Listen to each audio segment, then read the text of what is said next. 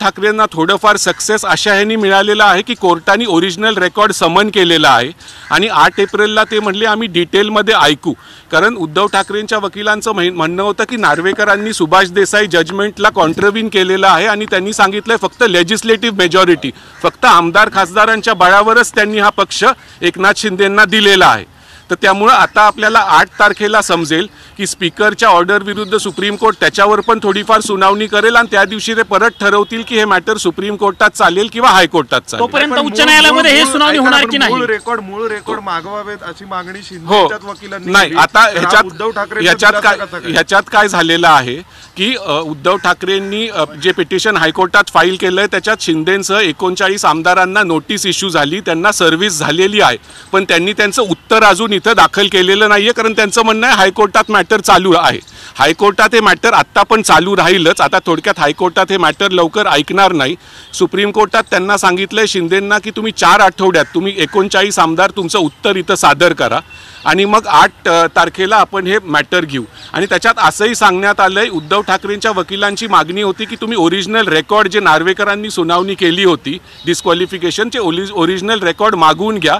ती पण सुप्रीम कोर्टाने मागणी मान्य केली आहे आणि नार्वेकरांचं जे ओरिजिनल रेकॉर्ड जे सगळी टेस्टिमनी ते सगळं हिअरिंग त्यांच्यासमोर झालं होतं त्याचं ओरिजिनल रेकॉर्ड पण सुप्रीम कोर्टात आता मागवण्यात आलं आहे. तर एक आशा आहे उद्धव ठाकरेंना की हे मॅटर आता सुप्रीम कोर्टात चालेल, पण तरी पण 8 तारखेला परत सुप्रीम कोर्ट ठरवणार आहे डिटेलमध्ये ऐकून की हे मॅटर आम्ही ऐकायचं इथे का हायकोर्टात. कारण हायकोर्टात जर गेलं तर उद्धव ठाकरेंचं म्हणणं होतं की खूप वेळ लागेल, परत कोण ना कोणतरी सुप्रीम कोर्टात येईल. तुम्ही आधीपासून हे मॅटर तुम्हाला माहीत आहे आणि आम्ही डायरेक्ट तुमच्याकडे आलोय आणि तुम्ही आम्हाला न्याय द्यावा. आता 8 एप्रिलला आपल्याला समजेल, कारण 22 ते 27 होळीची सुट्टी आहे सुप्रीम कोर्टाला. 4 आठवड्याच्या आत शिंदेंना त्यांचा रिप्लाय फाईल करायचा आहे आणि 8 तारखेला आपल्याला ह्याच्यावर पुढची सुनावणी. कागदपत्र नक्की कोणती? ओरिजिनल पार्टी म्हणून जेव्हा व्हीप बजावण्यात आला 22 जून 2000 त्या दरम्यानची राष्ट्रीय बघा ते 21 जूनचा जो प्रस्ताव होता त्याच्यावर थोडा वाद आहे. कारण त्या प्रस्तावावर सह्या रवींद्र वायकर, दादा भुसे, उदय सामंत आणि संजय राठोड यांच्या आहेत.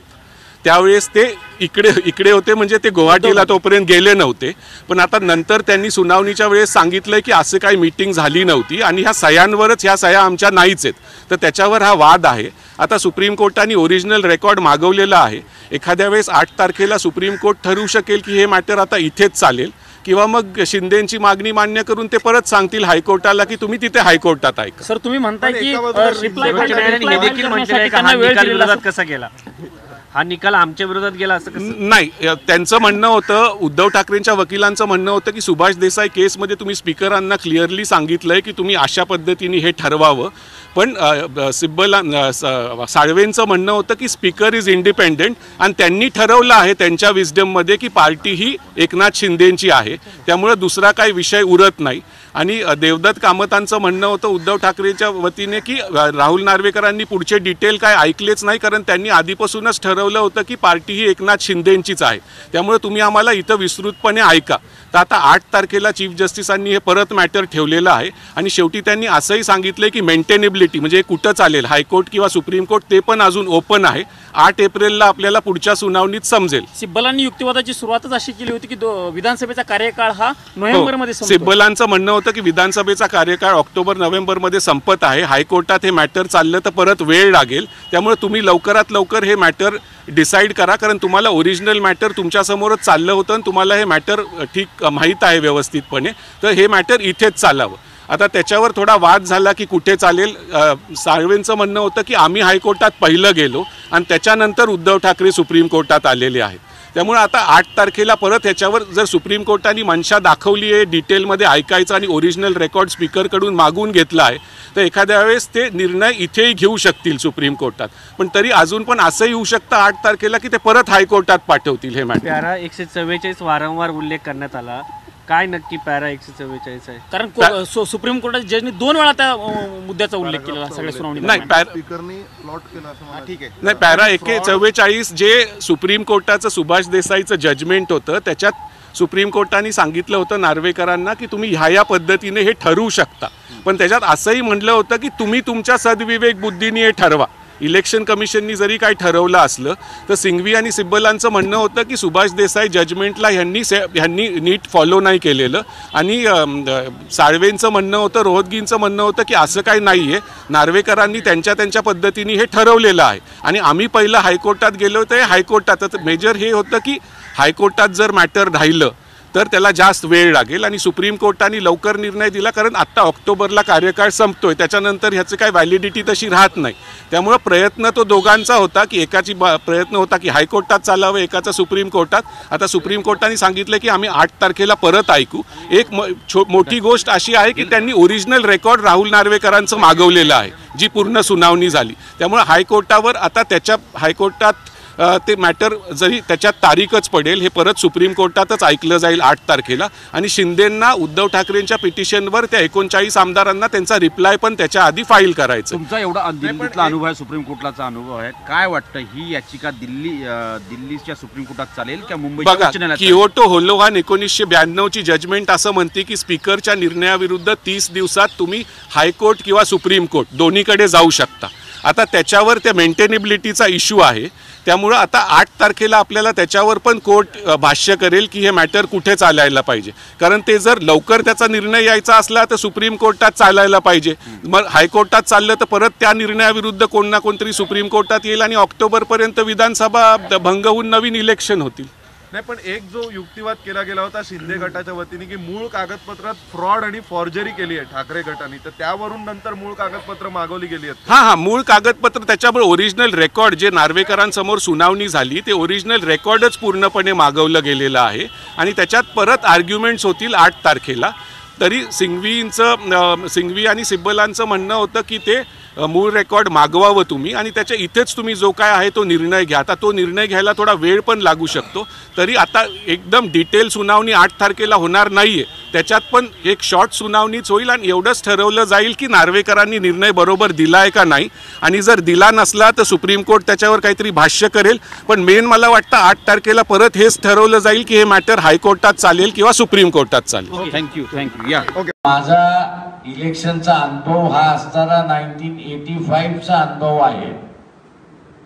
1985ची इलेक्शन ह्या बॅलेटवरती झालेल्या इलेक्शन्स, 89ला झालेले इलेक्शन या सुद्धा बॅलेटवरती झालेल्या असणाऱ्या इलेक्शन्स होत्या.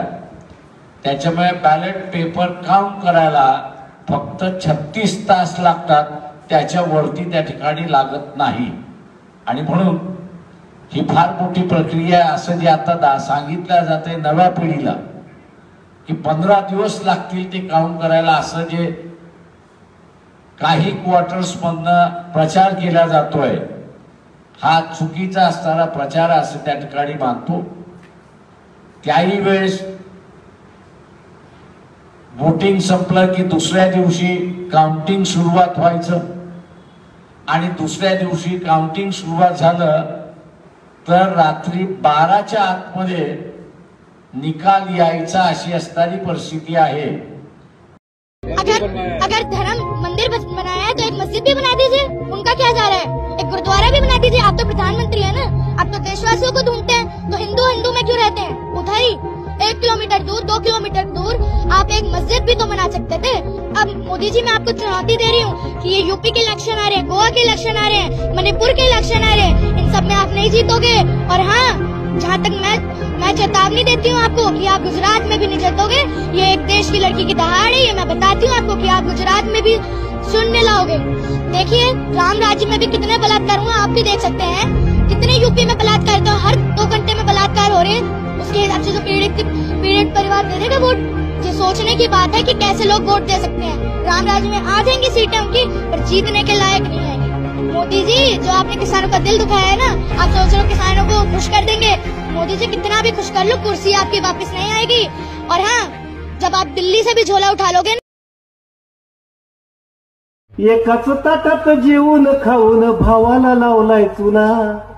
अरे येड पोरग बी सांगतय राव कुणाची हाय शिवसेना. अरे थोडं पोरग बी सांगतय राव कुणाची हाव शिवसेना. कसा खोटा जमाना आलार, झालं इमान भाजी पालार. वाघ जाळ्यात अडकून गेलार आणि ऐकीत फिरतोय कोलार.